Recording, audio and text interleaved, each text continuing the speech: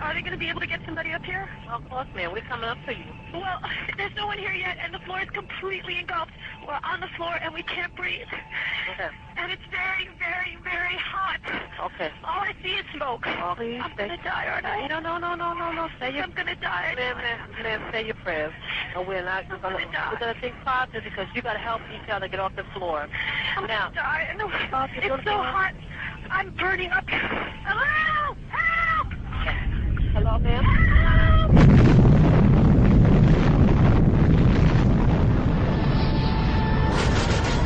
Osama bin Laden is the world's most wanted terrorist.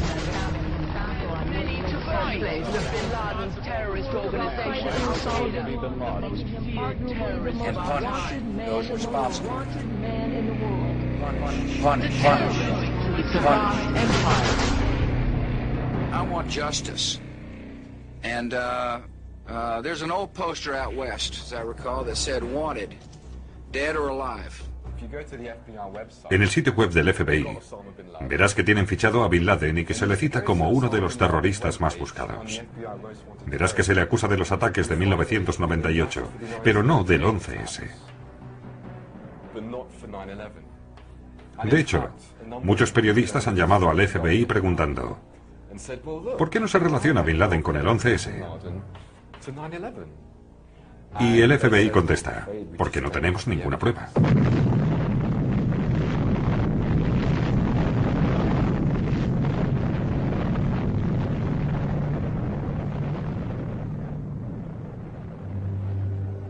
Y esto es solo el comienzo.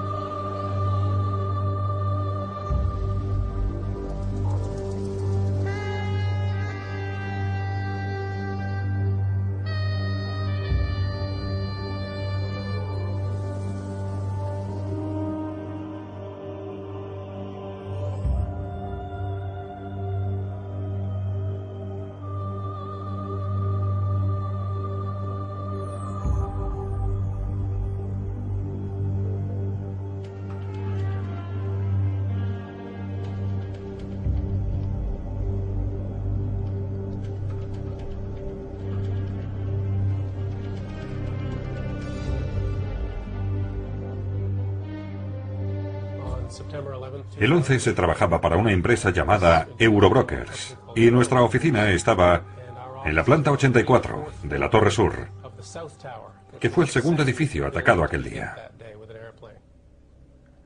Estaba trabajando en el ordenador y a las 8:46 de la mañana se produjo un fuerte...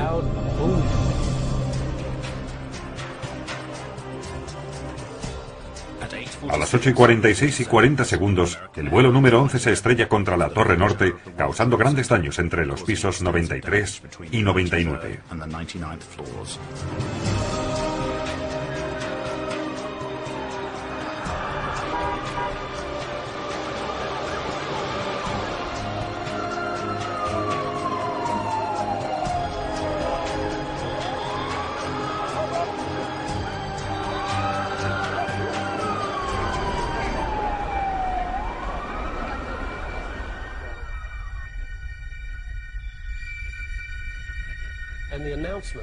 Nos llegó el aviso de la autoridad portuaria. Atención, por favor. El edificio 2, nuestro edificio. El edificio 2 es seguro. No hay necesidad de evacuar el edificio 2. 2 o 3 minutos después hablaba con un tal Bobby Cole. Bobby se encontraba 8 o 10 pisos por debajo y cuando escuchó el aviso, volvió a subir.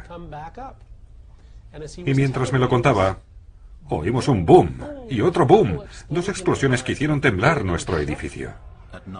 A las 9:03, el vuelo 175 se estrella contra la Torre Sur.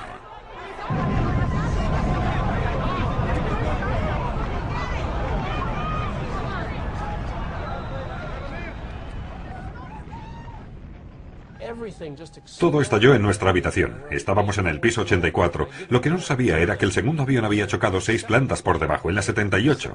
Y por tanto, que estábamos a solo 6 plantas por encima del impacto. Manténgase detrás de la cinta amarilla. Despejen la calzada, suban a la acera. Oí golpes al otro lado de la pared. Y gritos débiles de socorro en el 81. Cargué con una persona que me dijo que era Superman. Después se me cayó encima y me dio un gran beso. Nos levantamos, nos sacudimos del polvo y dije, venga, volvamos a casa.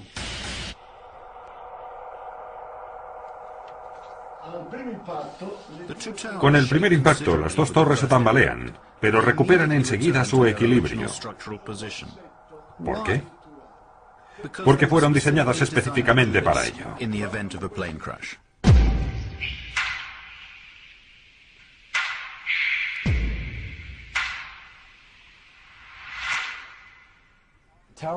Las torres eran muy sólidas, como árboles. En un árbol, sus fibras están interconectadas entre sí, y por eso, si lo doblas, el árbol puede absorber la tensión.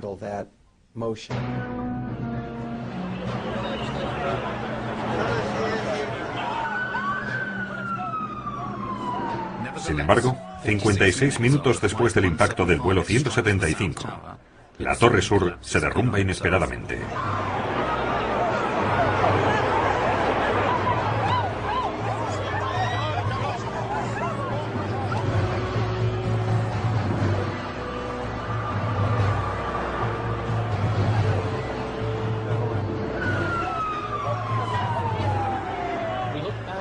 Miramos hacia el World Trade Center, hacia la torre de la que acabábamos de salir, y la vimos venirse abajo. Nos quedamos boquiabiertos. En 8 o 10 segundos la torre se hundió sobre su propia base y quedó pulverizada.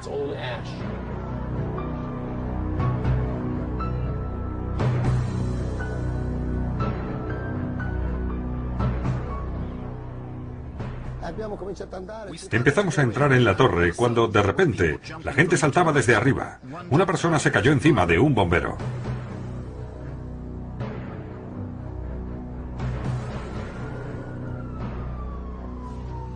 A las 10 y 28 minutos también la torre norte se derrumba.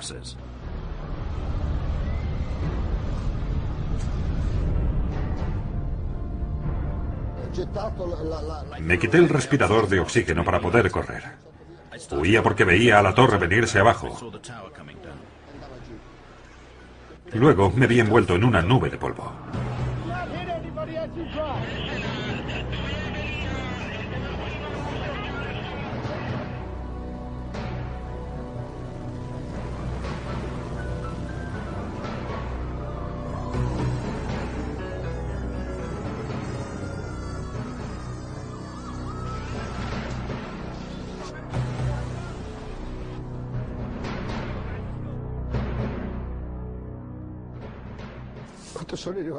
Cuando llegué a casa, toda mi familia me esperaba. Tuve la suerte de volver a casa con mi familia. Todos mis amigos no regresaron nunca.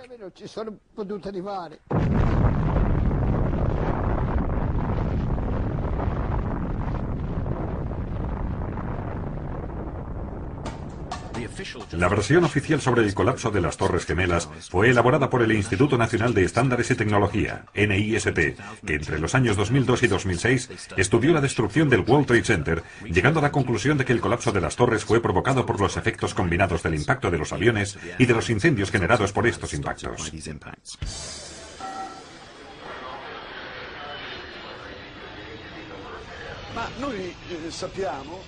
Sabemos, por las mismas personas que diseñaron y construyeron las torres, que deberían haber resistido el impacto de más de un avión.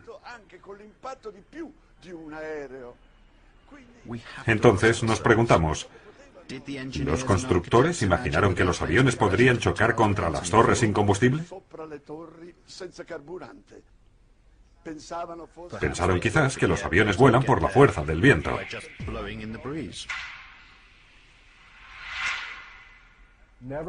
Jamás, ni antes ni después del 11S, se ha caído un edificio de estructura de acero a causa de un incendio.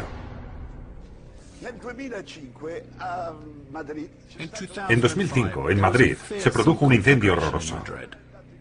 Un rascacielos entero ardió. Era una enorme antorcha que ardió durante 20 horas consecutivas. Pero al final, la estructura aguantó. El rascacielos no se cayó.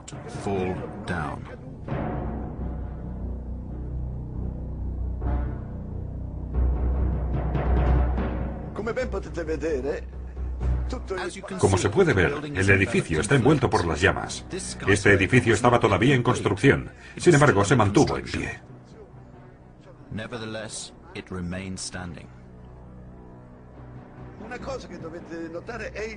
Algo a tener en cuenta es el color blanco de las llamas. Significa que hay mucho oxígeno que arde.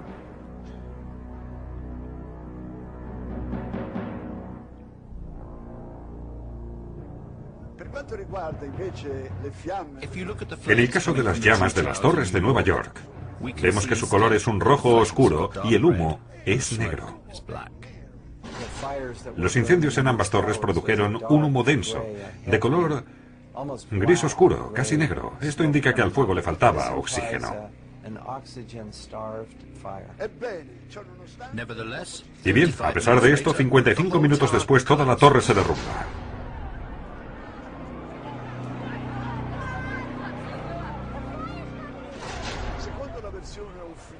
Según la versión oficial, hubo un momento en que la estructura de acero de las torres cedió. Ya no tenía la misma solidez que al principio. Y todo esto a causa del calor, de un calor inmenso. Aquí hay algo que suena raro. Sabemos que algunas personas lograron bajar desde lo más alto, atravesando la zona del incendio más intensa.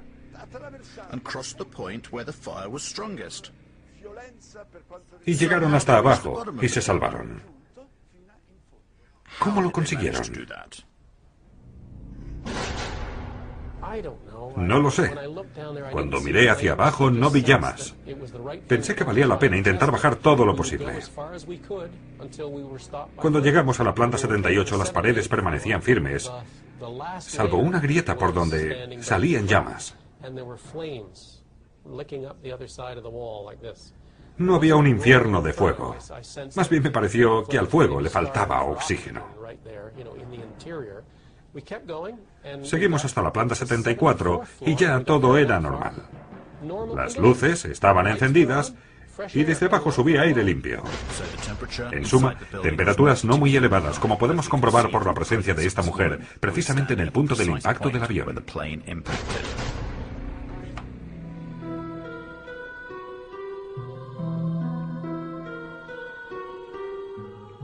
El NIST, para verificar la dinámica efectiva de los colapsos y la forma en que el calor afectó al acero, encargó numerosas pruebas, algunas de las cuales fueron realizadas por la empresa Underwriter Labs.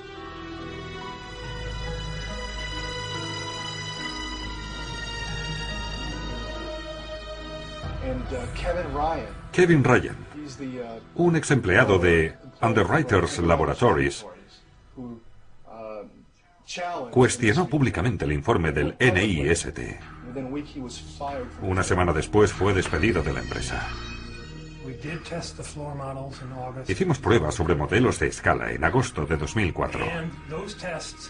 Y las pruebas desmintieron la teoría principal de la caída de los edificios, la llamada Pancake Theory. La teoría en que los pisos se quedan apilados. En nuestras pruebas los pisos no se hundían. Y se hicieron en hornos con temperaturas mucho más altas, durante mucho más tiempo.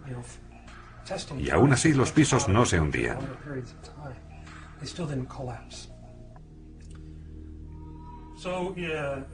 Meses después, el gobierno actualizó su informe y señaló que no solo no hubo colapso, sino que habían hecho pruebas con muestras que habían recuperado del incendio, que indicaban claramente que las temperaturas eran muy bajas.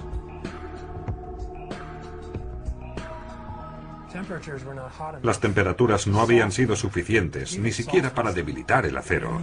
Y sin embargo, lo que dijeron fue precisamente eso, que los pisos colapsaron y que el acero se debilitó.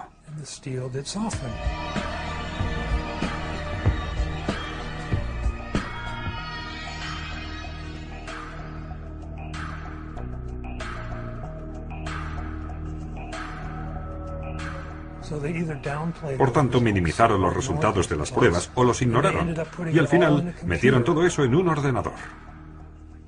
Gracias a los ordenadores, el NIST consiguió corregir este problema. La teoría Pancake fue sustituida por la teoría del acortamiento por doblamiento. Según el instituto, el calor debilitó los pisos que comenzaron a doblarse hacia abajo. Los muros exteriores de las torres también se doblaron hacia el interior hasta no poder soportar el peso de las estructuras superiores. Su última teoría procede casi en su totalidad de la computadora, y el ordenador no es realmente accesible. No nos han permitido revisarlo. Tras investigar durante 1 año y medio, descubrí que no solo contradijeron los resultados de sus propias pruebas, sino que además manipularon los parámetros de prueba. Se duplicó una cosa y otra se partió por la mitad. Por ejemplo, su versión dice que los aviones llevaban 13 toneladas de combustible. La aviación civil dice que fue un promedio de 6 toneladas y media.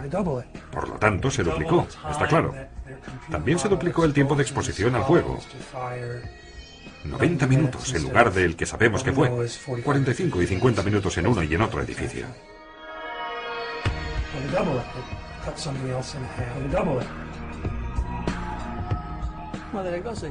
Una de las cosas que más me impresionó fue la increíble velocidad del desplome de las torres. Es una velocidad antinatural. Si dejásemos caer un objeto pesado desde una altura de unos 400 metros, que era la altura de las torres, el tiempo que tardaría en llegar al suelo, suponiendo que no existiera la resistencia del aire, sería alrededor de 9 segundos. En solo 8 o 10 segundos la torre se hunde sobre su propia base. El impacto se produjo a unos 2/3 de la altura de la torre. Suponiendo que la parte superior cede y se derrumba de repente sobre la inferior, y aún considerando que aquella fuera muy pesada, la velocidad de caída de la torre, por la resistencia de los pisos inferiores, no puede ser tan rápida como si debajo no hubiera nada, porque debajo había una enorme estructura que debería haber frenado de forma considerable la velocidad de caída.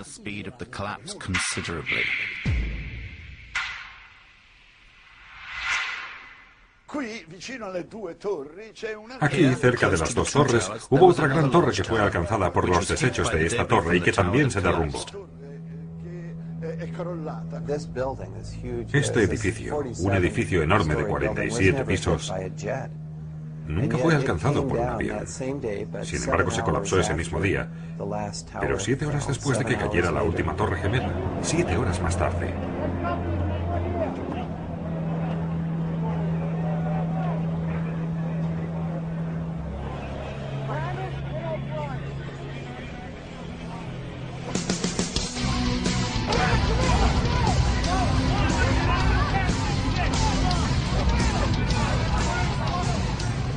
Hemos medido el tiempo de caída y es la velocidad de caída libre.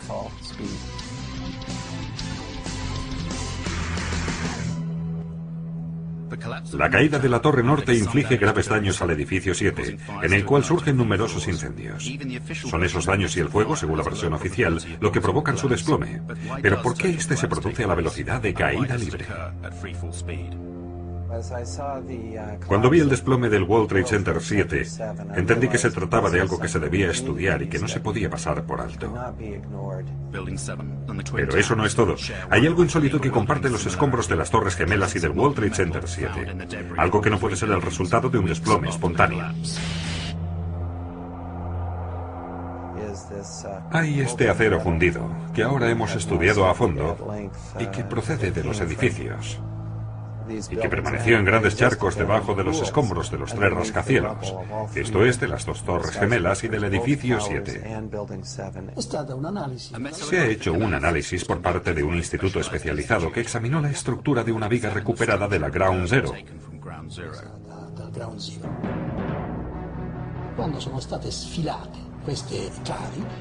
Cuando estas vigas se extrajeron de los escombros, parecía como si una parte de ellas se hubiera derretido.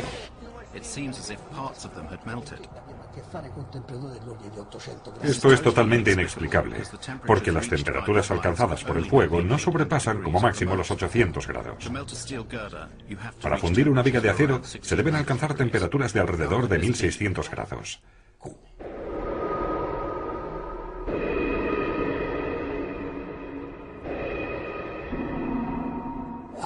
¿Cómo puede ser esto? A un nivel microscópico, si examinamos la estructura granular del acero, uno puede detectar la presencia de un elemento que normalmente no debería estar presente, y está allí en cantidades sustanciales, que es el azufre.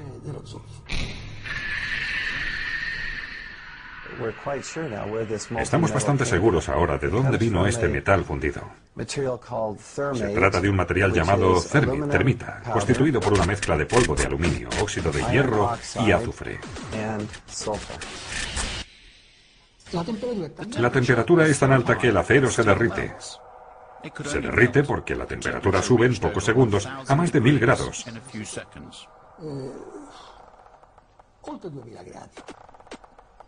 El uso de termita pudiera haber causado la fusión de las vigas de acero. La presencia de termita en los edificios indica que alguien colocó ese material en las columnas de acero para cortarlas de través.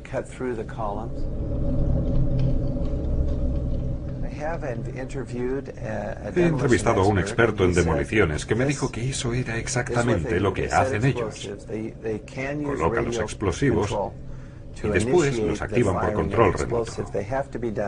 Tienen que hacerlo en secuencia para hundir el edificio rápidamente y de forma perpendicular, una demolición controlada.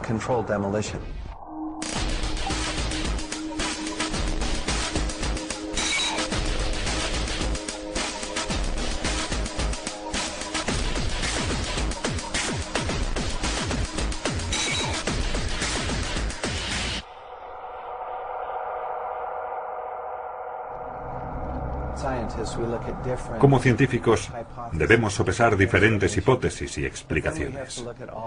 Pero también debemos analizar todos los datos y decidir cuál es la explicación mejor. Y esta debe tener en cuenta todos los aspectos. Sí, puedes tomar un hecho aislado como las plumas de humo y polvo y decir que quizás fue la alta presión de aire lo que hizo explotar una ventana. Pero eso no explica la presencia de metal fundido, ni de azufre, ni las piscinas de acero fundido en los escombros. Cuando la Torre Sur se derrumbó justo enfrente de mi apartamento, guardé el polvo y se lo entregué a Stephen Jones.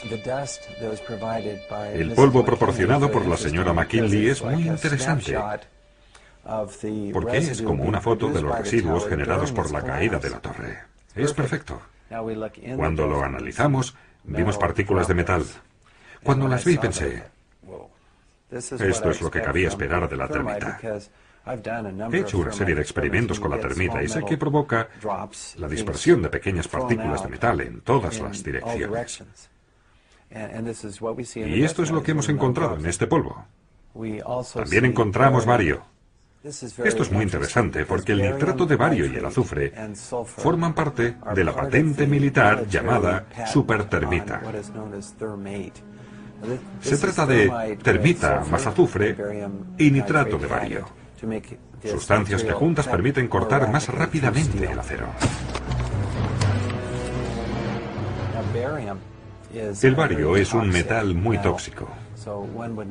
Por eso no es normal encontrarlo en ese polvo en una concentración tan alta. Su presencia, en mi opinión, indique claramente el uso de la versión militar de la termita.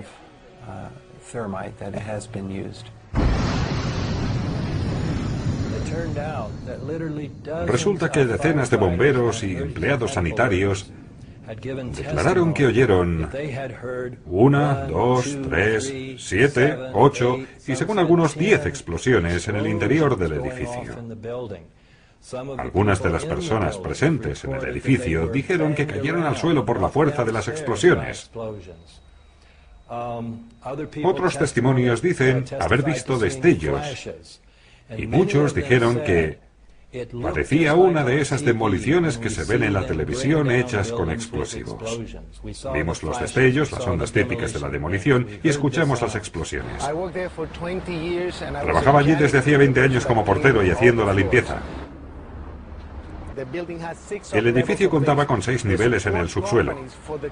Las empresas de mantenimiento del World Trade Center se encontraban en el sótano B1. Cuando estaba allí, a las 8:46 de repente se produjo una explosión tan fuerte que nos levantó del suelo.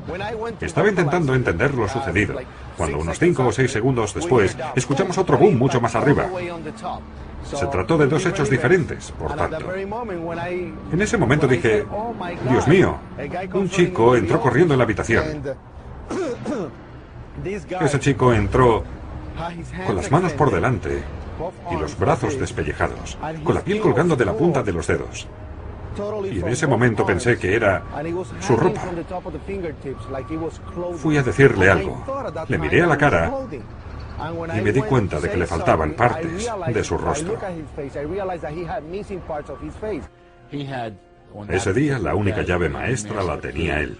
Y con ella se fue hacia arriba abriendo puertas para que los bomberos pudieran subir. Y él solo ayudó a unas 15 o 20 personas a bajar y a salir.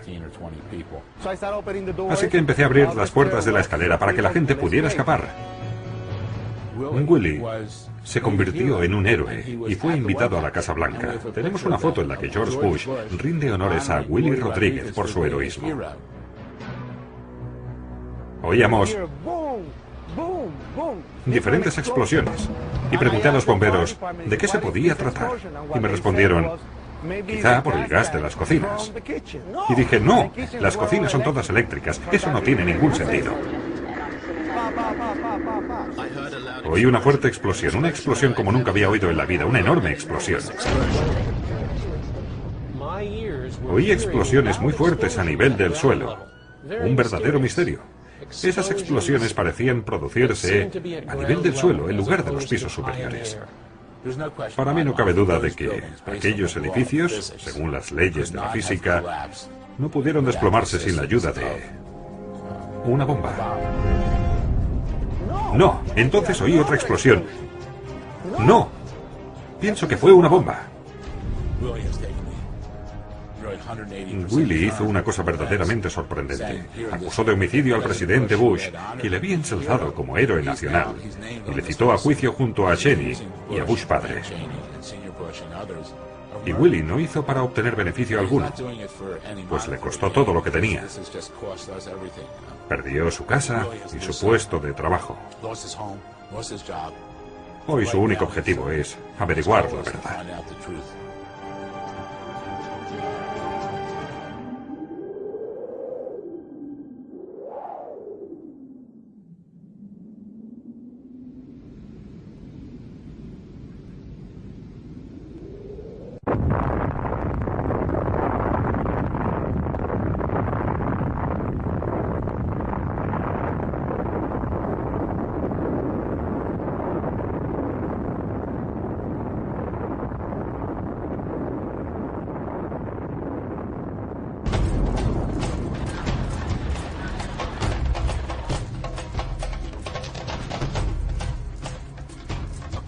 Según la versión oficial, a las 9:37 horas, el vuelo número 77 de American Airlines se había estrellado contra el Pentágono. Estas insólitas imágenes muestran la escena inmediatamente después del impacto, una hora antes de que toda la estructura se derrumbase.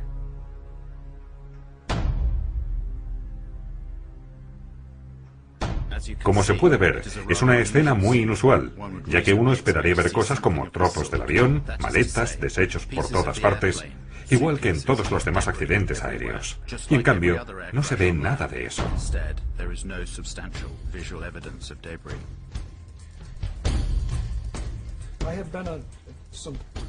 He estado presente en muchos desastres aéreos cuando estaba en la aviación militar, y nunca he visto uno donde no hubiera rastro alguno del avión accidentado.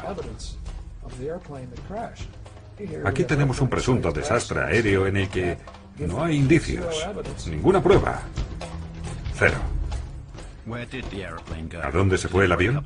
¿Se desintegró contra la fachada? Si así fuese, en la zona del desastre habrían esparcidas diferentes partes del avión. Cosas como los motores, el tren de aterrizaje, los frenos y las ruedas son muy difíciles de destruir porque están hechas con materiales muy resistentes. No creo que un avión pueda ir tan rápido como para que estas cosas queden pulverizadas. Nunca lo he visto en toda mi vida. Miras alrededor y hay un agujero de 5 metros para un avión que tiene más de 38 metros de largo.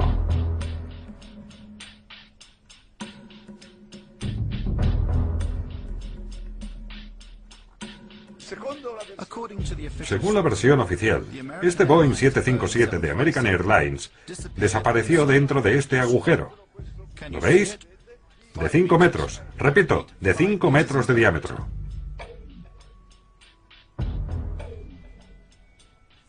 Vamos a hacer algunos cálculos.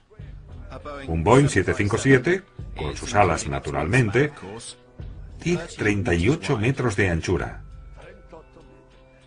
Y con la aleta de timón más de 13 metros y medio de altura.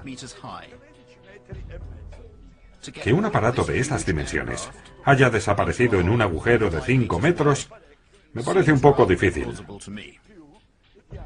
Además, en esta imagen podemos ver una hilera de ventanas por este lado y otra hilera por el otro. Deberían haber sido destrozadas por las alas, y ahí las ves, en su lugar intactas, con los cristales íntegros. Durante años los militares callaron ante las preguntas de un número cada vez mayor de personas que rechazaban la versión oficial. Cuando el periodista francés Thierry Meyssan publicó su libro La increíble mentira, se difundieron explicaciones totalmente surrealistas, como la que afirmaba que el avión se había evaporado por la velocidad y la fuerza del choque. Se difundió así la teoría de la gasificación del avión.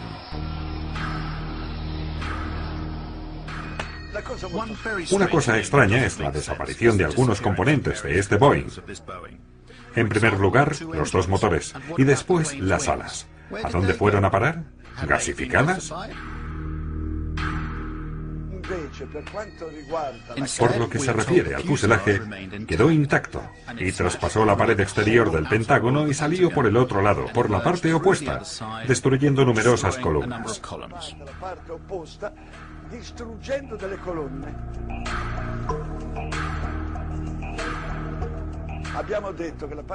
Hemos dicho que la parte más sólida del avión son, sin duda alguna, los motores.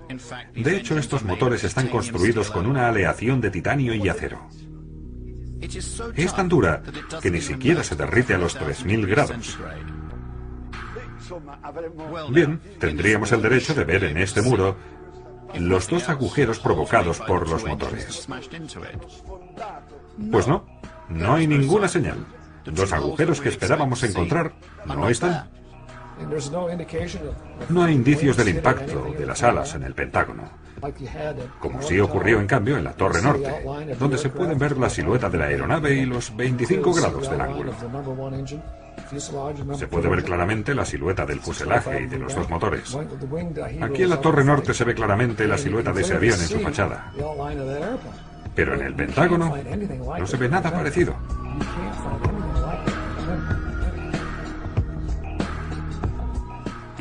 Estas incongruencias hacen difícil defender la versión oficial.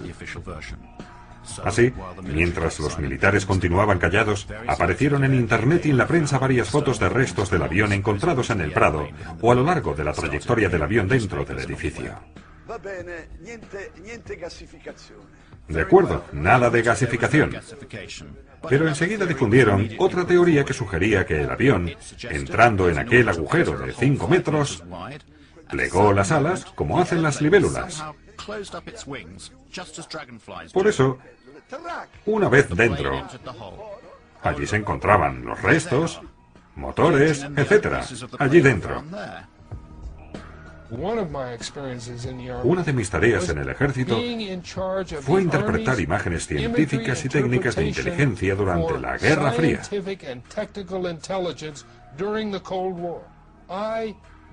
Medía las dimensiones de los aparatos soviéticos a partir de fotografías.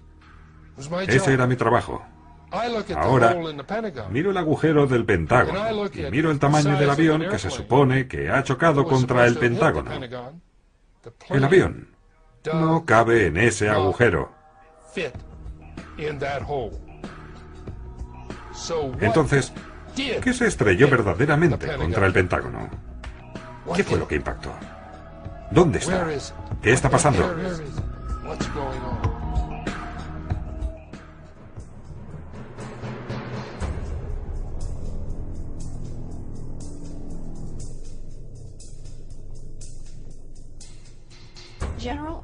El general Arnold esa mañana, inmediatamente después del presunto impacto, ordenó a uno de sus pilotos de caza que sobrevolara el Pentágono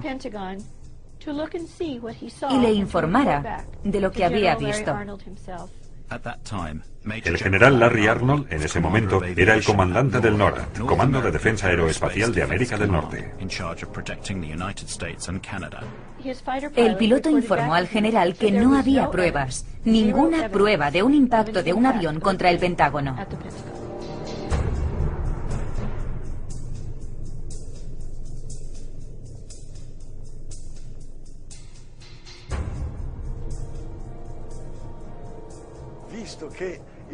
Dado que el Pentágono poseía 86 grabaciones distintas del incidente, ¿por qué no se mostraron algunas a las personas dubitativas?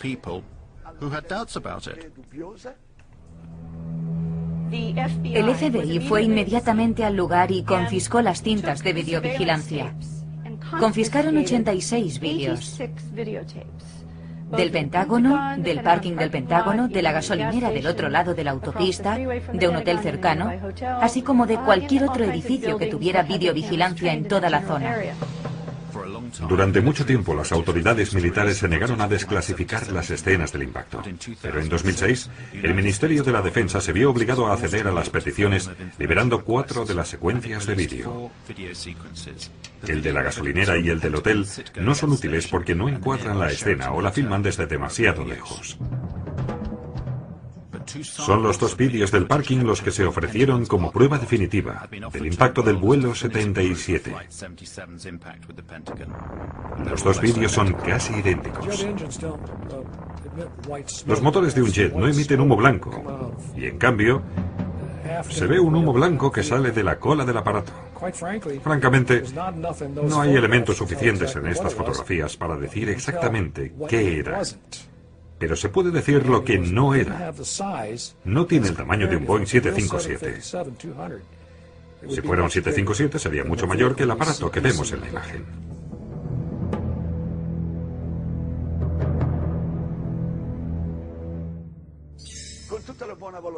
Con la mejor voluntad. ¿Vosotros veis un avión aquí? El Pentágono nos contestó, no, no se ve el avión porque lamentablemente el avión pasó entre un fotograma y el siguiente, entre un fotograma y el siguiente.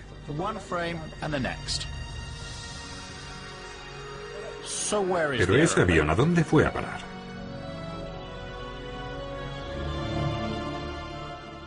Según la agente del FBI, Jacqueline Maguire, como se puede ver en esta declaración jurada, solo una cámara tomó imágenes de la escena, y esos son los fotogramas que ya hemos visto.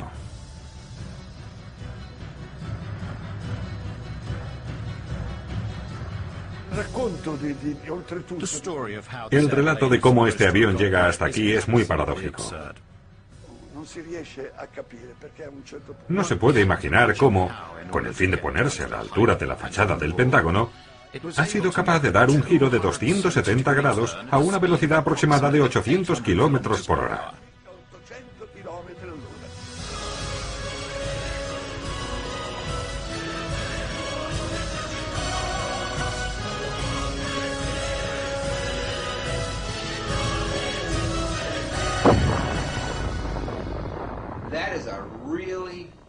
Se trata de una maniobra muy difícil.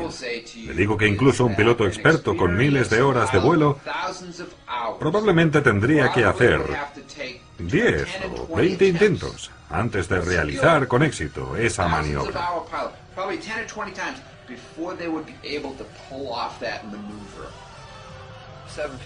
Un 757 no está diseñado para hacer eso. Está diseñado para viajar en línea recta por el cielo. No puede hacer acrobacias. No se puede hacer eso con uno de estos grandes aviones. Cuando los controladores aéreos del aeropuerto de Dulles, en Washington, vieron esta trayectoria y ese giro tan brusco, dijeron: es un caza, porque era una maniobra típica de un caza. Solo un caza militar guiado mediante control remoto puede hacer ese tipo de maniobras. Han sido diseñados para hacer esas acrobacias.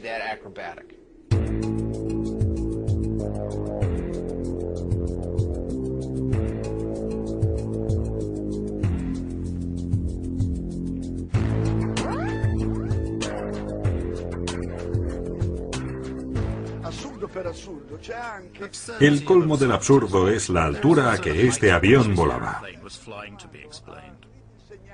Se supone que voló a una altura de 6 metros por encima del suelo durante 1 kilómetro, saltando una colina y una autopista, antes de chocar irremediablemente con la fachada del Pentágono.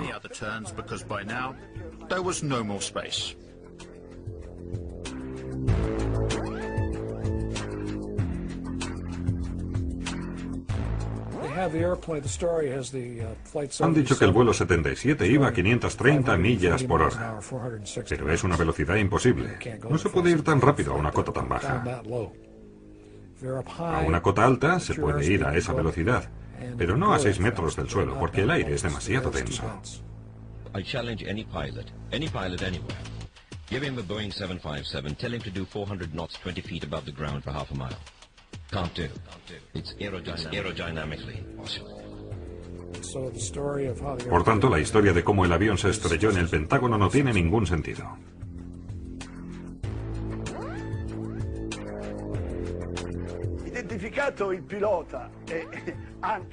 Identificado el piloto secuestrador, su instructor de vuelo declaró que este, que había sido su alumno, ni siquiera era capaz de pilotar una avioneta de un solo motor. Estos hombres no tenían la experiencia necesaria para maniobras tan complejas, suponiendo que el avión fuera capaz de aguantarlas. Estos chicos no tienen experiencia. Nadie en el mundo, tras haber pilotado un 172, puede pilotar un 757, que no ha pilotado antes. Sería como decir: si has trinchado el pavo de Navidad, ya puedes hacer un trasplante de corazón.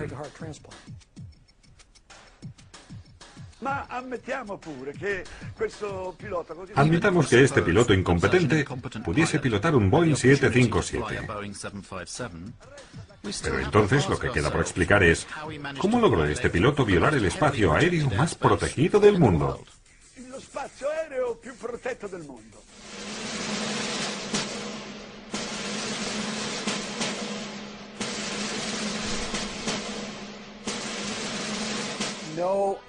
Ningún avión no detectado se aproxima al Pentágono o a la Casa Blanca. Eso no ocurre. Punto. El espacio aéreo de Washington DC, llamado P-56, es de los más controlados del planeta. Cuenta con su propio sistema de seguimiento por radar y de respuesta militar. P-56 es el espacio aéreo restringido en torno al Pentágono y a la Casa Blanca. Es una zona muy sensible a la que ningún avión no identificado puede acceder. Washington tiene una zona de defensa aérea de 50 millas de radio y una zona protegida de 17 millas alrededor del monumento a Washington, y luego otra zona de 3 millas alrededor del Capitolio. Es un espacio aéreo impenetrable. No puede ser de otra manera, dada la importancia de los edificios que se encuentran allí. Es una zona totalmente inaccesible. Nadie entra allí dentro. Nadie. En la base aérea de Andrews, a 15 kilómetros de Washington, hay cazas F-16 y F-18. También la 113ª Unidad Aérea de la Guardia Nacional se encuentra en una base aeronaval en la costa y pueden enviar cazas en muy poco tiempo. Las dos bases estaban operativas aquel día, pero ninguna de las dos intervino. Además, el Pentágono tiene su propio sistema de defensa. Si un avión, cualquier clase de avión, iba hacia el Pentágono, ¿por qué las baterías antiaéreas del Pentágono no dispararon? Después de todo, estamos hablando del edificio más protegido del planeta.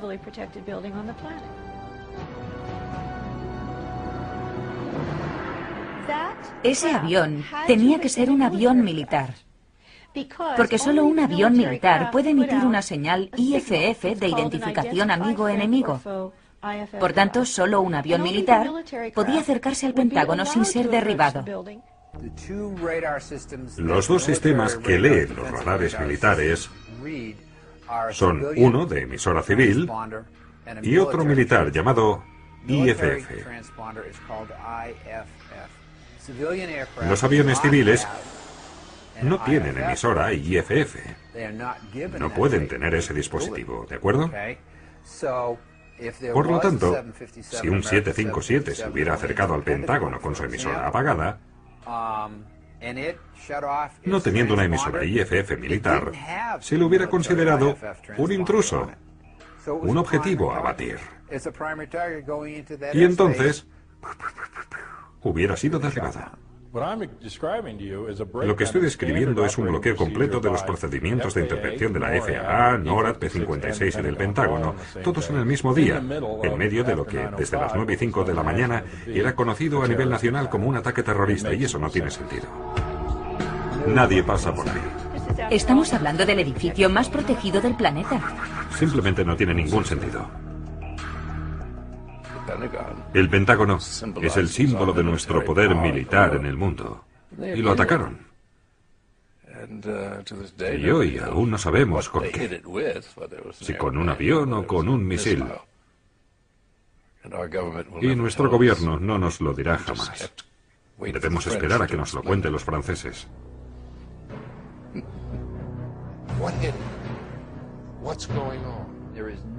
Hasta ahora no hay nadie que haya dicho con toda seguridad en esta investigación que se trataba del vuelo 77.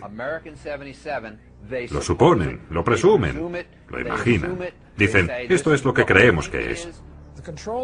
El controlador aéreo, Daniel O'Brien, que vio en el radar el objeto no identificado procedente del oeste a una alta velocidad, no tenía manera de saber de qué se trataba, porque solo disponía de los datos del radar primario, mientras la emisora del radar secundario estaba desactivada. Para poder identificar un objeto en el radar primario, es necesaria una comunicación recíproca entre el piloto y el controlador aéreo. El piloto debe informar sobre una determinada ubicación geográfica, o debe haber la posibilidad de decirle al piloto que haga una serie de giros, y a continuación, el controlador puede observar todos los objetivos en su radar y decir, ahí está el avión que hace las maniobras que le he dicho que hiciera. Ahora sí que puedo identificarlo. Eso nunca ocurrió. Es una locura. Si realmente el vuelo 77 desapareció de la pantalla del radar durante 36 minutos, como dice la versión oficial, esto significa que el avión ya no volaba, o volaba tan bajo que no era detectable por el radar, una de dos. O tal vez el avión aterrizó en algún lugar, en un campo remoto. En este caso tendría sentido que el avión desapareciera durante 36 minutos.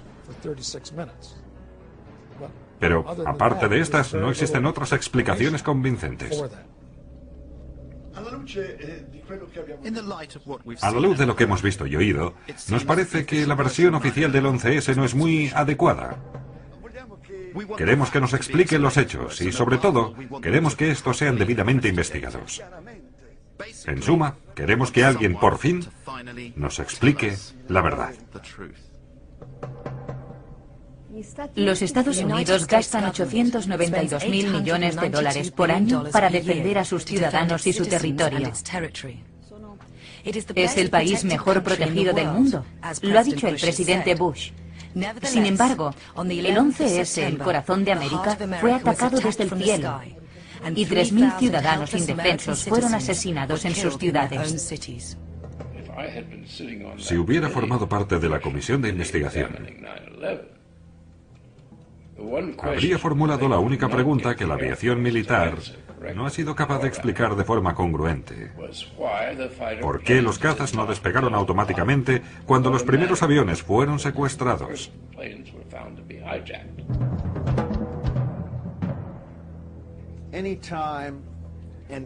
Si un avión se desvía de su rumbo, o se pierde el contacto por radio, o su emisora de radar no funciona,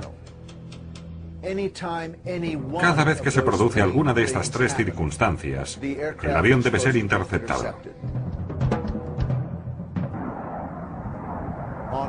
En el 11S se dieron estos tres supuestos. Y sin embargo, ningún avión fue interceptado. Los aviones volaron entre 20 y 90 minutos sin ser interceptados.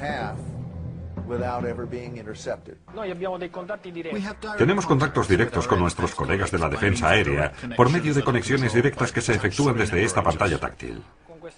Al pulsar una sola tecla, aquí se efectúa la llamada al operador de la defensa, que en este caso le responde inmediatamente. En el tiempo que tarda en responder a la llamada, unos 2 o 3 segundos, la información puede ser comunicada.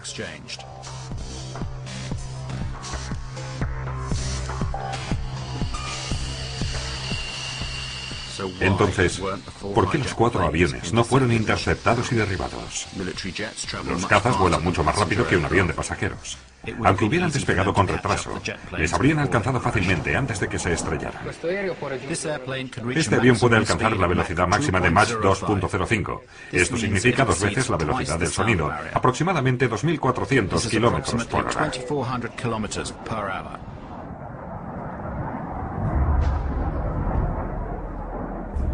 En el noreste de los Estados Unidos hay 16 bases de la Fuerza Aérea. ¿Por qué no fueron interceptados los aviones? Según la versión oficial, la defensa aérea fue informada demasiado tarde. Una de las mentiras más grandes se refiere a la presunta incompetencia de la aviación civil. Cuando perdemos a un avión, actuamos inmediatamente. No perdemos el tiempo, no hay demora, no atenemos al protocolo.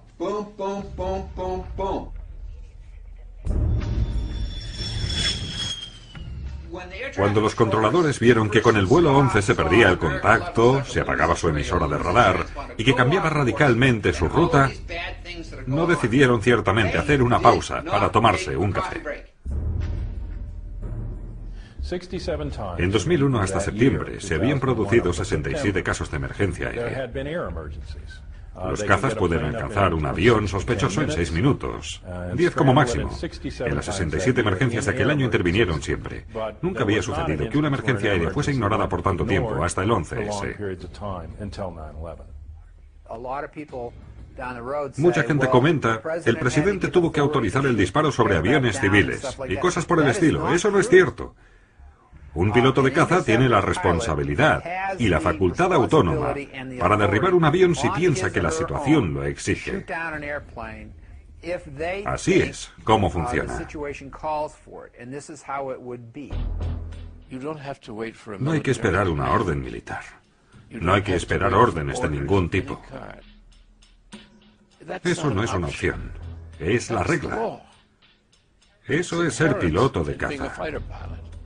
Comporta obligaciones muy precisas, a menos que se reciba la orden de no despegar.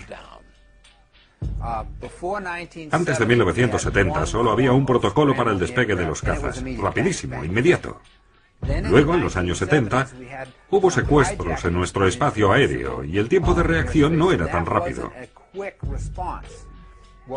Para evitar que los secuestradores se dieran cuenta de nuestra intervención, los cazas no despegaban inmediatamente, sino que se aproximaban discretamente al avión secuestrado por la cola.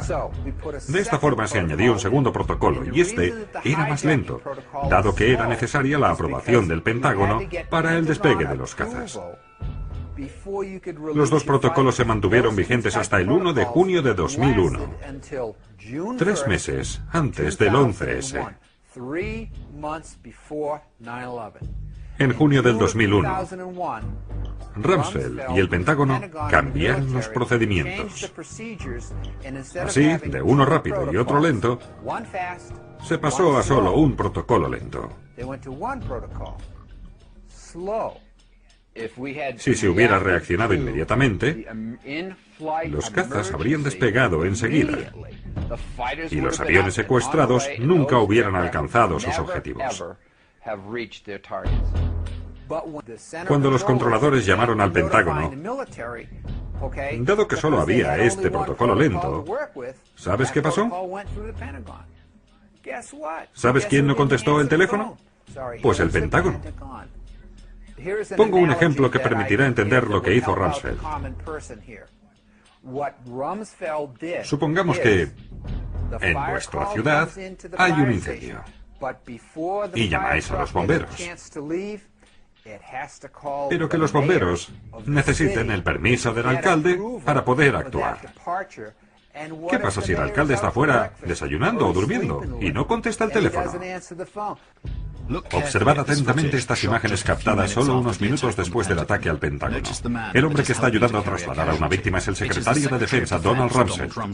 Pero ¿no es el máximo responsable de la defensa de la nación? ¿Por qué mientras los Estados Unidos están siendo atacados no está en el puesto de mando?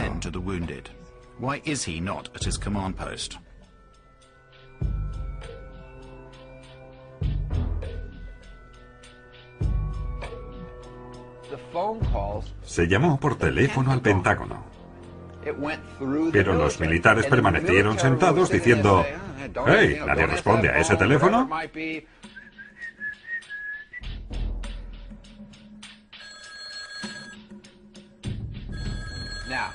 ¿Qué te parecería que los bomberos te dijeran: «No podemos ir a apagar el fuego ni a salvarte la vida porque el alcalde no nos ha dado su autorización»? Y el día 12 de septiembre se cambiaron de nuevo los protocolos y se volvió al primer protocolo, al rápido de antes, que es el que hoy está en vigor. Por lo tanto, Rumsfeld y el Pentágono han cambiado 2 veces los protocolos. De tener 2, uno rápido y otro lento, se pasó a uno lento. Y luego el día 12 dijeron: «Oh, esto no funciona, volvemos al rápido de nuevo».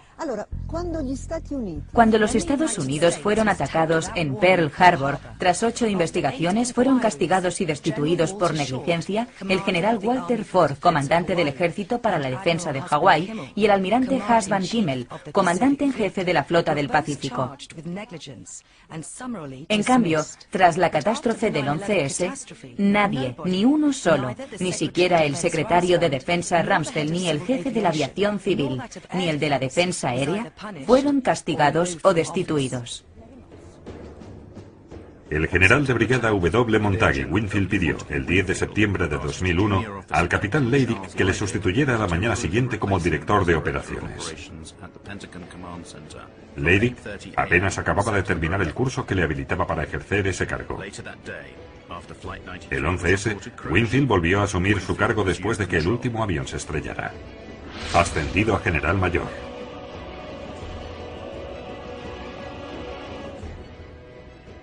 Capitán Charles Leidig era el director de operaciones en sustitución de Winfield la mañana del 11S. Ascendido a almirante y director de operaciones de la Sexta Flota de las Fuerzas Navales en Europa.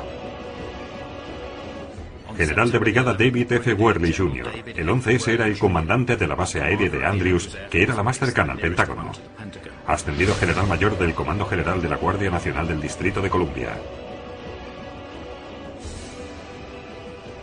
Richard B. Myers, vicepresidente del Estado Mayor de las Fuerzas Aéreas. El 11S era el jefe interino de todas las Fuerzas Armadas porque el jefe del Estado Mayor, Hugh Shelton, estaba fuera del país. Ascendido jefe de Estado Mayor el 1 de octubre de 2001. El 14 de septiembre de 2001, tras solo 3 días de investigaciones, el FBI ya lo sabe todo acerca de los secuestradores de los vuelos. En las últimas 24 horas hemos investigado todos los indicios posibles y los hemos utilizado como el fundamento de la investigación.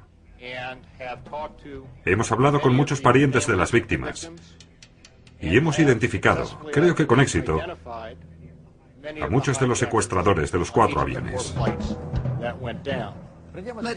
Veamos el caso Lockerbie. Se tardó 2 años para hacer las acusaciones en ese caso. 2 años.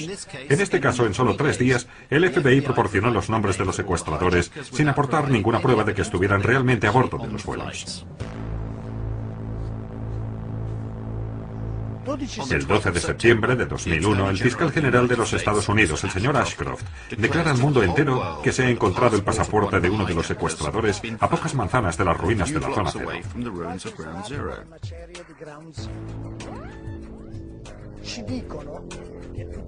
Nos dicen que todo aquello que se encontraba en el interior de las torres se quemó o se convirtió en polvo.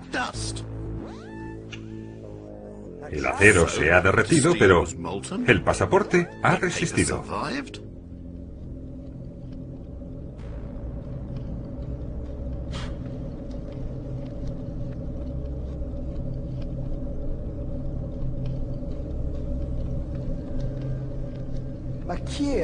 Pero ¿quiénes eran realmente los secuestradores?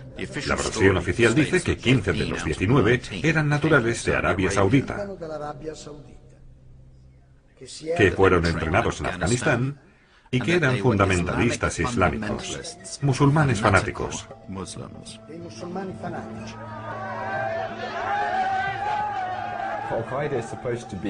Al-Qaeda se supone que se trata de una red salafista, y el salafismo es una rama muy puritana del Islam, que afirma que debemos seguir fielmente la doctrina del profeta Mahoma.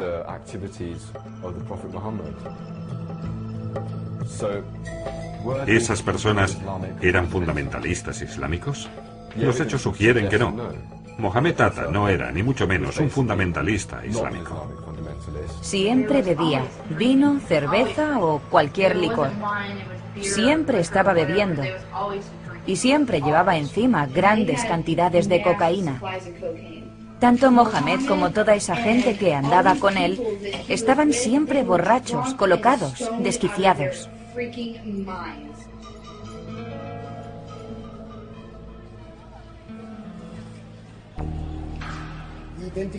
Los perfiles de los secuestradores presentados por el FBI son realmente una locura. Dan un mismo perfil para todo el grupo, cuando esas personas eran muy diferentes. Tienen diferentes actitudes y diferentes biografías. Viven en lugares diferentes, a veces en el mismo momento. Se habla mucho de Mohamed Atta. ¿Pero de qué Mohamed Atta? ¿Quizás del que vivía en Hamburgo, Alemania, controlado por la inteligencia alemana?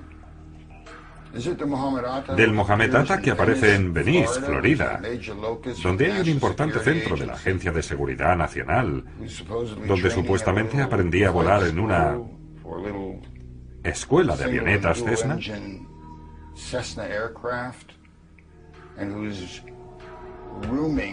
El Atta que se alojaba con un hombre llamado Charlie Voss, piloto de la CIA, que llevó armas a Nicaragua y traficó con cocaína por cuenta de la CIA. Del Mohamed Atta que habló con su padre el 12 de septiembre, según informó Newsweek, en una entrevista hecha al padre en El Cairo. Del Mohamed Atta que aparece en el bar llamado Shookers de Hollywood, Florida, metiéndose cocaína y emborrachándose con vodka. Y el que a la hora de pagar la factura dice: yo trabajo para una compañía aérea de Estados Unidos, ¿cree usted que no puedo pagar mi factura? Me cago en Dios.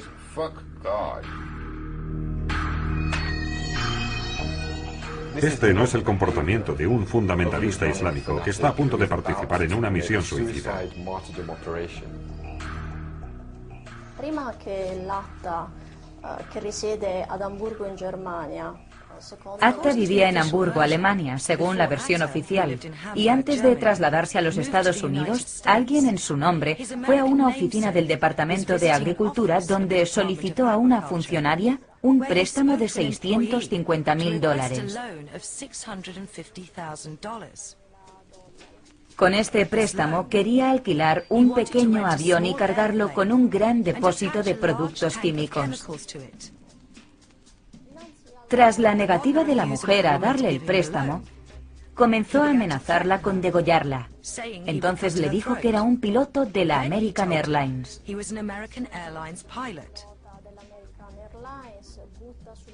Tiró un manojo de billetes en el mostrador y pidió información sobre los sistemas de seguridad de las Torres Gemelas.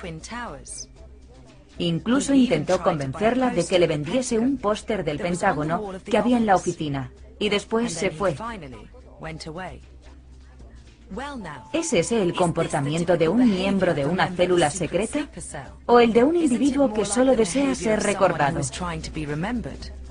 Esto no es el comportamiento de un fanático islámico que está a punto de participar en una misión suicida. Según la versión oficial, Al-Omari y Atta parten de Florida rumbo a Boston, de donde despegarán 2 de los aviones secuestrados. Pero cuando llegan a Boston, el coche no se detiene. Siguen hasta el estado de Maine, 300 kilómetros más al norte, y viajan hasta Portland. Es la tarde del 10 de septiembre. El día siguiente será el día más importante de sus vidas. Un día en el que no pueden cometer errores. ¿Qué hacen? Pasan la noche allí y llaman mucho la atención. Pagan con tarjetas de crédito que van a su nombre. Hacen todo lo posible por dejar rastros de su presencia. A la mañana siguiente, a las 6 horas, vuelan de Portland a Boston. El avión que deben secuestrar despega solo media hora después de su llegada a Boston. Un tiempo tan corto que puede hacer fracasar su plan. Las circunstancias de su salida de Portland a Boston son muy importantes, ya sea para las investigaciones oficiales como para la opinión pública. Es allí donde las cámaras de circuito cerrado captan los rostros de Atta y Al-Omari. Este vídeo se ha emitido cientos de veces en la televisión como prueba de que embarcaron en el avión que después secuestrarían. Falso. Este vídeo solo muestra que embarcaron en Portland. No hay ninguna prueba de la presencia de estos secuestradores. Es simplemente algo que el FBI dice, sin pruebas. No hay ninguna prueba. No hay forma de comprobar la presencia de cualquiera de estos locos, de estos chivos expiatorios a bordo de los aviones. No existe. El día 16 de septiembre de 2001, el secuestrador del vuelo 11, Abdel Aziz Al-Omari, se presenta en el consulado de Estados Unidos en Jeddah, Arabia Saudita, para protestar. Al-Omari, un piloto de las líneas aéreas sauditas, recibe una disculpa oficial de los americanos en las oficinas de Riyadh.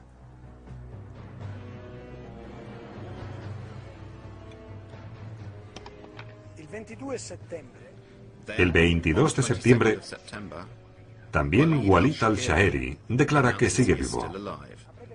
Se suponía que había secuestrado el vuelo 11. Desde su casa en Casablanca, Marruecos, el impertinente al-Shaheri se declara inocente. Al día siguiente, el 23 de septiembre, el Daily Telegraph publica las protestas de Shahid al-Ghamdi y Ahmed al-Nami, ambos vivos y pilotos en las líneas aéreas de Arabia Saudita.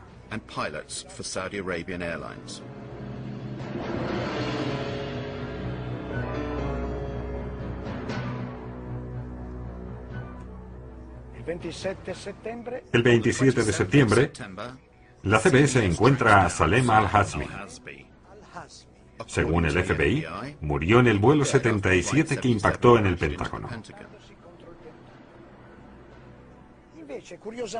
Sin embargo, curiosamente, se obstina en seguir vivo en Arabia Saudita, donde trabajaba en una instalación petroquímica.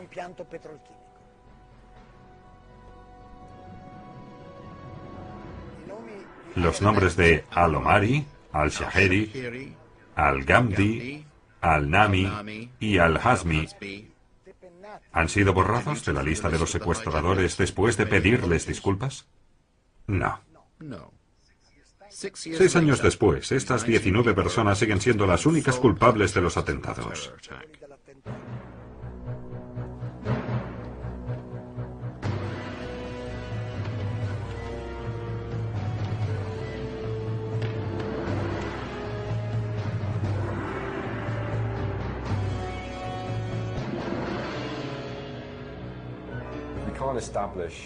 Para una investigación, no poder determinar la identidad de los responsables es un problema serio.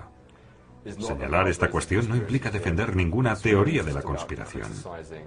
Implica criticar el carácter absolutamente ridículo de esta investigación y el hecho de que no tienen ni idea de quién llevó a cabo estos ataques. Por tanto, la pregunta fundamental queda todavía sin contestar. ¿Quién lo hizo?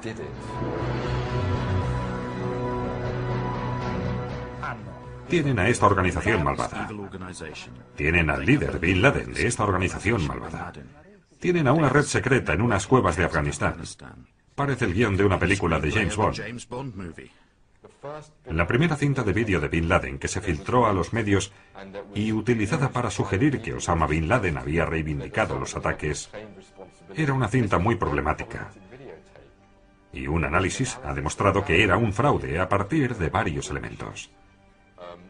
Por ejemplo, Osama Bin Laden llevaba un anillo de oro. Pero, según la ley islámica, está prohibido que un hombre lleve joyas de oro.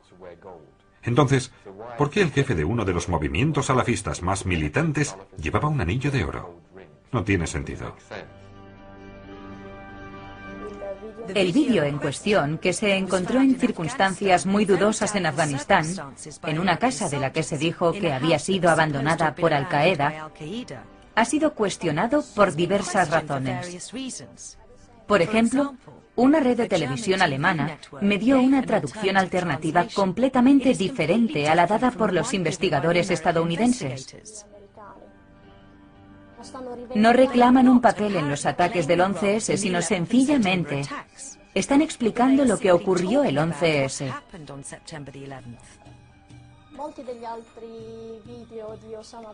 En muchos otros vídeos de Osama Bin Laden, el audio no se corresponde con los labios de Laden.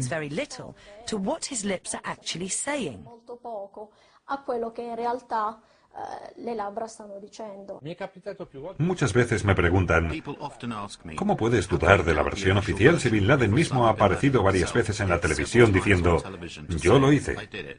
Le contaré una pequeña anécdota. Y se la debo contar porque las imágenes no se las puedo mostrar, porque los que las han producido nos han prohibido reproducirlas.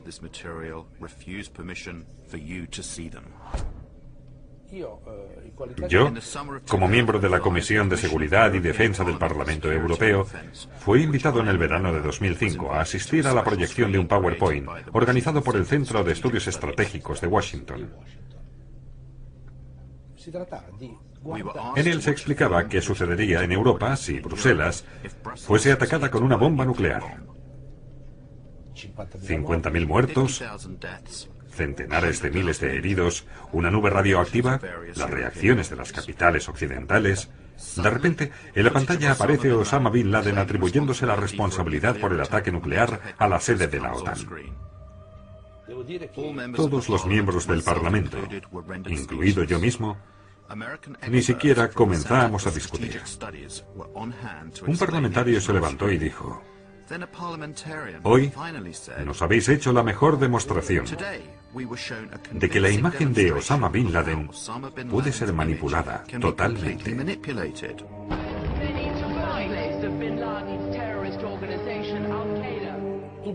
Todas las imágenes que hemos visto en los últimos años tal vez nunca han sido reales, del mismo modo que no se ha producido el ataque nuclear contra la sede de la OTAN. Nos niegan el uso de estas imágenes. No importa, tengamos paciencia. Echad un vistazo. Así es como aparecía Osama Bin Laden el 7 de septiembre de 2007. Ahora, comparadlo con los otros Bin Laden que hemos visto en años anteriores. ¿Os parece posible que con el paso del tiempo rejuvenezca? ¿Os parece posible que su barba sea cada vez más oscura? ¿Os parece posible que su nariz crezca en tamaño? No necesitamos hacer muchos análisis. Hasta un niño se da cuenta de que se trata de dos personas diferentes, pero en cambio nos la han presentado como si fueran la misma. Y esta historia nos la llevan contando desde hace más de 6 años. ¿Organizó Bin Laden los atentados del 11S? Y en caso afirmativo, ¿lo hizo solo o con alguien más? Llegados a este punto hay que hablar de Al-Qaeda. Al-Qaeda fue fundada por Bin Laden en 1989, al final de la guerra entre soviéticos y guerrilleros islámicos en Afganistán. Después de esa guerra y no para esa guerra. Pero entonces, ¿contra quién iban a luchar todos esos voluntarios islámicos? ¿Qué significaba Al-Qaeda en aquel momento? Es muy interesante. Sería suficiente preguntárselo a Robin Cook, el exministro de Exteriores británico. En un artículo publicado en The Guardian, Cook confirmó que Al-Qaeda es un término inventado por la CIA para designar a una base de datos de los mujahidín reclutados y entrenados por la misma CIA. Y tenía razón, porque para decir base de datos en árabe basta añadir la palabra malumat. Se dice Al-Qaeda Malumat. Al-Qaeda significa la base. Y Malumat significa datos. Juntos significan base de datos.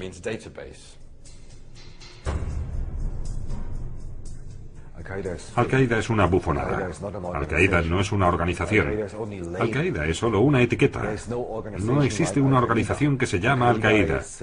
Al-Qaeda es una lista de los participantes en la guerra de Afganistán de los años 80.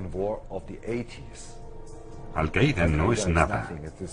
Es solo un espantajo hinchado por la propaganda occidental para mostrar a la gente el gran mal.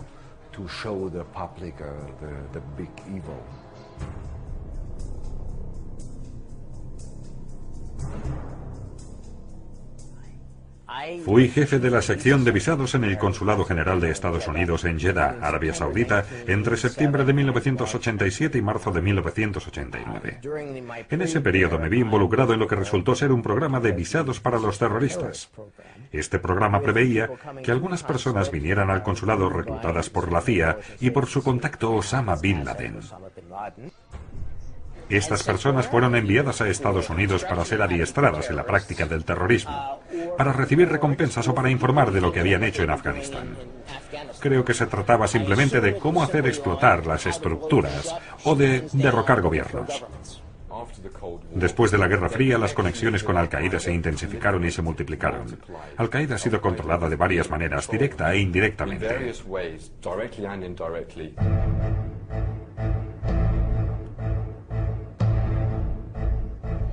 Al-Qaeda ha sido utilizada de forma sistemática en diversos conflictos.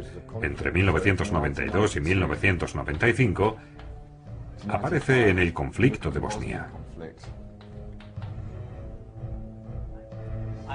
Creo que el gobierno estadounidense trabaja con varias organizaciones árabes y musulmanas fuera Al-Qaeda o fuesen personas que se convirtieron en miembros de Al-Qaeda. El gobierno las ha adiestrado, armado y enviado a los Balcanes para derrocar a Slobodan Milosevic y a sus aliados. Esta política continuó en los Balcanes, incluso después del 2001.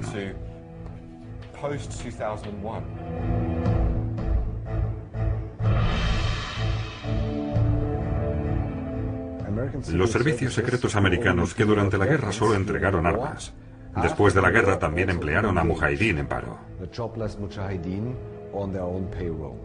Hay un montón de testimonios de los mujahidín recogidos por los tribunales alemanes. Fueron contratados por subcontratistas del Pentágono, más en concreto por la empresa privada MPRI, Military Professional Resources Incorporated.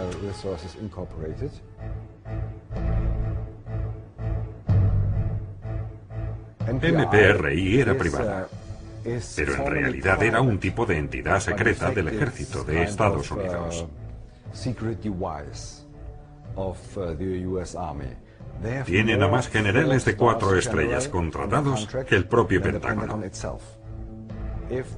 Cuando el Pentágono quiere hacer algún trabajo sucio y piensa que no puede conseguir el dinero o la aprobación del Congreso, dan el trabajo a esta empresa privada. A principios de verano de 1999, el MPRI trajo a estos mujahidín de vuelta a los Balcanes, especialmente a Kosovo, para ayudar al Ejército Terrorista de Liberación Nacional. Los emplearon y les pagaron mensualmente. Muchos mujahidín bosnios participaron en los grandes atentados terroristas de los últimos 5 años. Por ejemplo, si hablamos del 11S, 5 de cada 7 árabes involucrados eran excombatientes mujahidín en Bosnia. 5 de 7. Nadie habla de ello. Como saben, quienes han pedido un visado para ir a Estados Unidos, para tramitarlo se precisa un tipo de información muy detallada. Un alto funcionario del consulado de Jeddah, Michael Springman, dimite y denuncia que en esa oficina trabajan muchos hombres de la CIA camuflados y que la oficina expedía fácilmente muchos visados a personas muy sospechosas. Me dijo un buen contacto, un hombre de negocios de fuera del consulado americano, que si decía una sola palabra de lo que ocurría en el consulado, me despedirían inmediatamente. Esa oficina en Jeddah expidió muchos de los 15 visados utilizados por los secuestradores para entrar en los Estados Unidos. De estas 15 solicitudes de visado, ninguna es regular. Por ejemplo, para el destino, muchos de ellos escribieron hotel, Nueva York o California, y en un caso simplemente no. Por tanto, fue una práctica habitual hacer entrar a los terroristas de Al-Qaeda en los Estados Unidos para adiestrarlos. Y esto se prolongó durante años. Lo mismo ocurrió con los involucrados en el 11S. 6 de los terroristas, entre ellos Mohamed Atta, se adiestraron en instalaciones militares de Estados Unidos. Mohamed Atta fue a la escuela para oficiales de la base aérea de Maxwell. La base aérea de Maxwell, en Alabama, la base aérea Brooks, en Texas, la base aérea naval de Pensacola, en Florida, el Instituto Lingüístico de la Defensa, la Agencia de Inteligencia de Monterrey, California. Esa gente estaba literalmente en manos de los servicios secretos. Por tanto, los principales secuestradores se adiestraron y combatieron en la ex Yugoslavia, pagados por una empresa de mercenarios relacionada con el Pentágono. Gracias a la CIA consiguieron los visados para entrar en Estados Unidos. Una vez en América, hicieron todo lo posible para ser reconocidos y para llamar la atención, ya que estaban seguros de su impunidad. Se entrenaron en bases militares norteamericanas y asistieron a escuelas de vuelo, pero sin aprender a volar.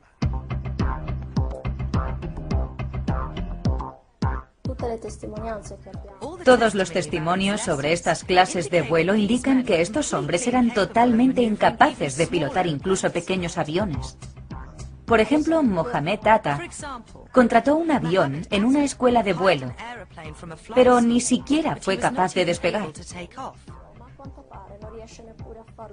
Lo dejó abandonado en la pista y se fue. En cuanto a los otros 2 pilotos, su instructor, Rick Graza, dijo a los investigadores y a la prensa que él no podía entender cómo esos 2 podían haber pilotado un avión. Sus palabras exactas fueron que eran como 2 tontos muy tontos en un avión.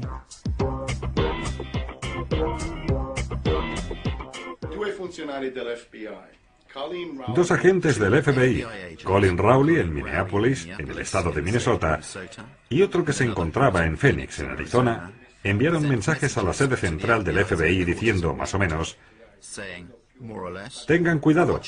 Hay muchos árabes que se han inscrito aquí en una escuela de vuelo. La primera persona en la escuela de vuelo en llamar al FBI se arriesgó mucho, porque pasó información sobre un cliente extranjero. Y esas escuelas de vuelo dependen en gran parte de los pilotos extranjeros. Pero él señaló a un cliente. Esta persona es muy sospechosa. Una larga lista de indicios señalaba a Musawi como posible terrorista. Quería aprender a volar, pero no a despegar ni aterrizar. Nunca había visto a una persona tan extraña inscribirse en una escuela de vuelo.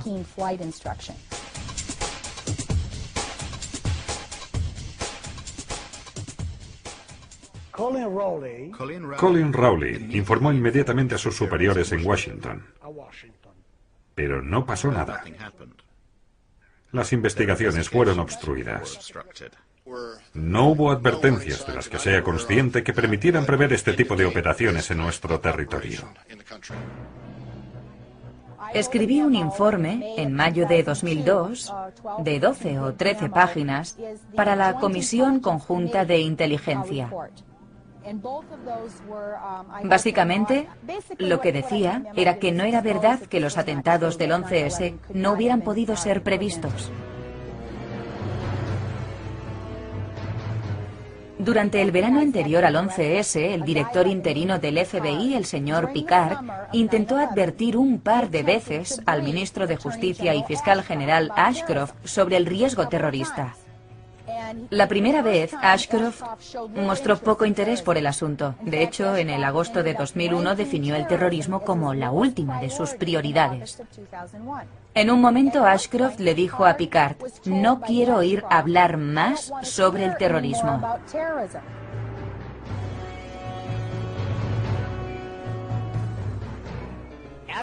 Después del 11S, cuando escuché que los aviones se habían estrellado en las Torres Gemelas y en el Pentágono, me dije: Jesús, han sido las mismas personas que, según Los Angeles Times, habían obtenido sus visados en el consulado de Estados Unidos, en Jeddah. Llamé al FBI y les conté cómo funcionaba el programa de visados para terroristas. Me pasaron de una oficina del FBI a otra hasta que llegué a la sede en Washington, y allí alguien me dijo: "Nos pondremos en contacto con usted". Pues bien, 6 años después todavía sigo esperando.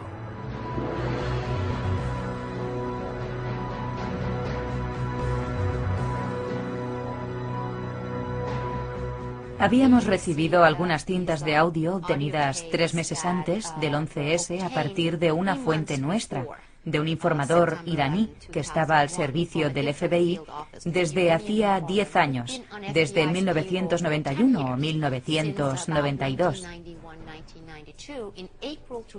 En abril de 2001, este informador dijo al FBI que había obtenido una información según la cual Al-Qaeda y Bin Laden estaban preparando un ataque contra los Estados Unidos que afectaría a 5 grandes ciudades con el empleo de aviones, y que el ataque tendría lugar en los próximos meses.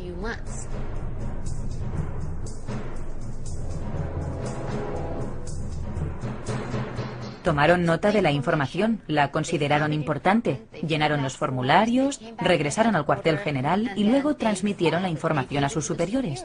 Pero no sucedió nada. 2 meses después, se reunieron de nuevo con el mismo informador y este les preguntó: ¿habéis hecho algo con la información que os di? Porque procedía de fuentes muy fiables. Y el agente le contestó: sí, la entregamos a nuestros superiores, pero no pasó nada. En el 1996, en las Filipinas, descubrieron en el ordenador de Ramzi Youssef los detalles del plan Bojinka. Este plan preveía el secuestro de aviones para estrellarlos contra el Pentágono, la Casa Blanca, el Capitolio, la sede de la CIA y las Torres Gemelas. Un año antes del 11S, en octubre de 2000, el Pentágono había llevado a cabo un ejercicio con los bomberos. Un ejercicio en el que se simulaba el choque de un avión contra el Pentágono y la intervención de los bomberos. En suma, no se trató de un hecho imprevisto e inesperado. No solo se lo esperaban, sino que ya estaban preparados para afrontarlo.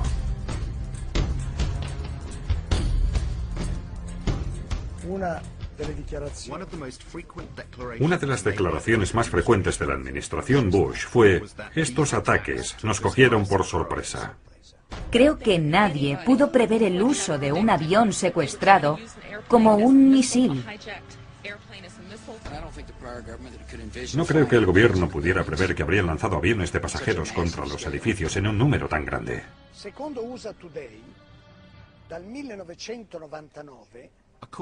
Según el diario USA Today, desde 1999, la aviación militar estadounidense realizaba 4 veces al año ejercicios en los que se simulaba el secuestro por terroristas de aviones civiles.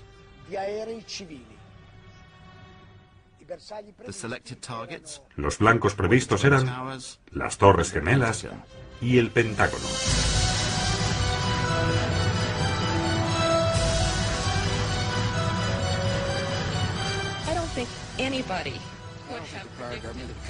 Nadie pudo prever.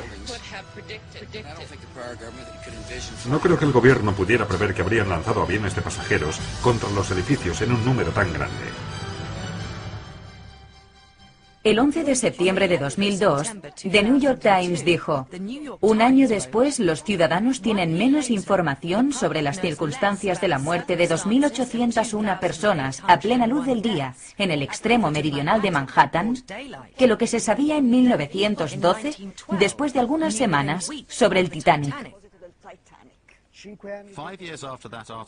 5 años después de aquel artículo, todo lo que pasó aquel día es todavía un misterio. Mi nombre es Bob McIlvaine, soy de Pensilvania. El 11S perdí a mi hijo Bobby, que tenía 26 años. Acababa de ser contratado en la empresa Merrill Lynch. Siempre es difícil.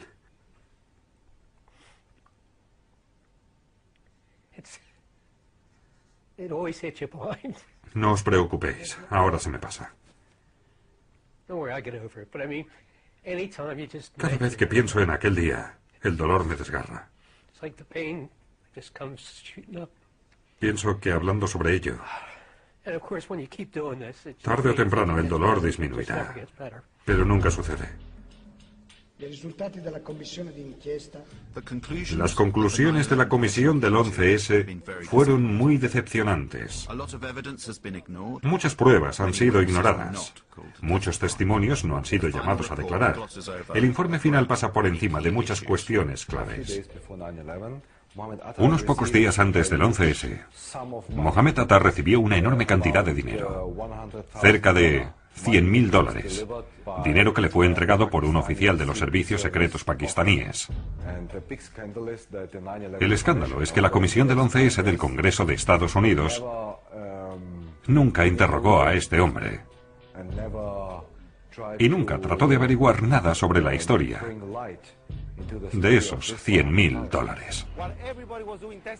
Mientras todo el mundo estaba ofreciendo testimonios televisados a toda la nación, el mío quisieron que fuera puerta cerrada. ¿Por qué quisieron que fuese a puerta cerrada? No tiene ningún sentido.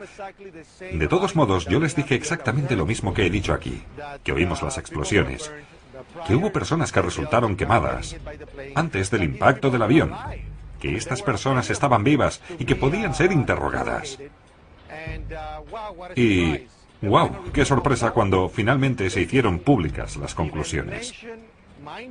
Mi nombre no aparecía por ninguna parte, no se me mencionaba. No llamaron a ninguno de los testigos que les había señalado. Había 17 bomberos y 22 supervivientes. Y no han llamado a declarar ni siquiera a uno. Como padre, yo tengo la obligación de averiguar quién asesinó a mi hijo. La comisión no me dio nada. La de la comisión del 11S no fue una verdadera investigación. Recuerde que toda la familia Bin Laden fue evacuada en un avión más tarde. Fue reunida desde todas partes de los Estados Unidos y trasladada fuera del país a la velocidad de la luz mientras el Pentágono todavía estaba ardiendo. Preguntaron a Mueller, ¿quién autorizó a estas personas a salir del país? ¿Alguien del Departamento de Estado? Bien, ¿puede decirnos quién? Su respuesta fue, no me acuerdo. Otro ejemplo es el general Myers. Se le preguntó por Musawi. ¿Recuerda haber obtenido alguna información sobre la cuenta corriente de Musawi? Su respuesta fue, no me acuerdo. No me acuerdo. No me acuerdo. Ashcroft era el ministro de Justicia y Picard, el jefe del FBI en aquel periodo. Picard había dicho que se habían recibido muchas advertencias, 71 advertencias diferentes sobre algo que iba a pasar al final del verano. Y Ashcroft mintió, dijo, no sabía nada, no conocía esas advertencias, no prestábamos atención al terrorismo.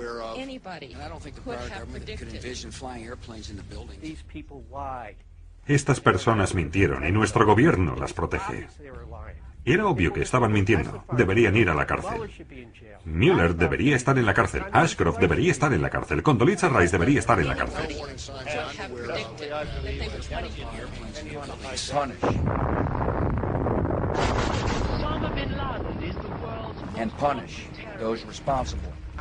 Tienen a esa malvada organización. Tienen al líder de la organización, Bin Laden. Y tiene una red secreta en las cuevas de Afganistán. Esta noche los Estados Unidos hace las siguientes demandas a los talibanes. Entregad a las autoridades de los Estados Unidos a todos los líderes de Al-Qaeda que se esconden en vuestro país.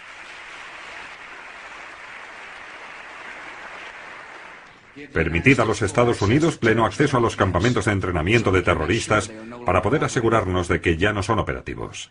Y que esto quede claro, estas demandas no son negociables.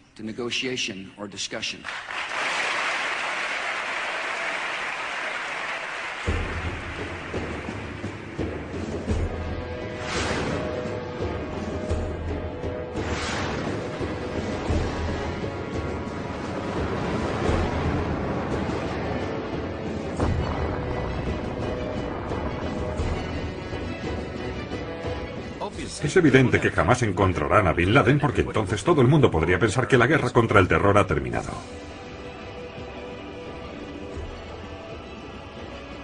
Es difícil para los americanos imaginar lo malas que son las personas que hacen estas cosas.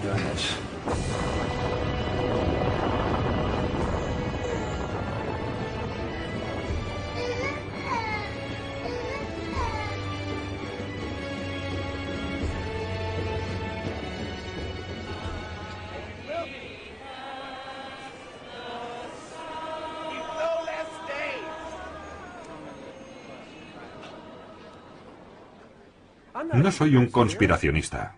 Soy un padre buscando al asesino de mi hijo. Y hay que ser un idiota para creer que todo esto lo hicieron 19 árabes. Esto lo sabe hasta mi perro.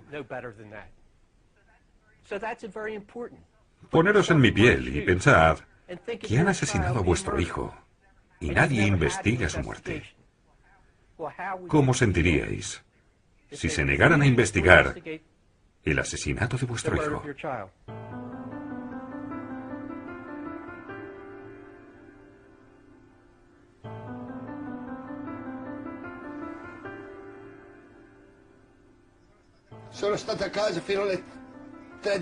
Estuve en casa hasta las 3 de la madrugada. Entonces me levanté porque no podía dormir. Volví allí abajo, para tratar de encontrar a alguien. No podía haber otro bombero o policía atrapado allí abajo, una persona que trabajara allí. Quería encontrar a alguien para sentirme algo mejor.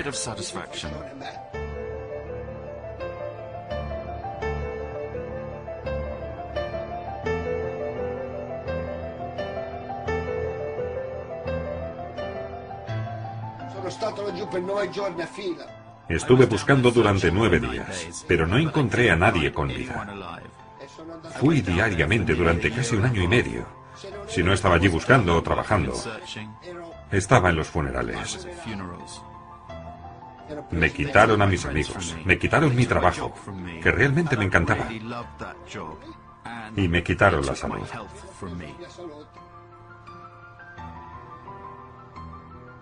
No quiero olvidar ese día.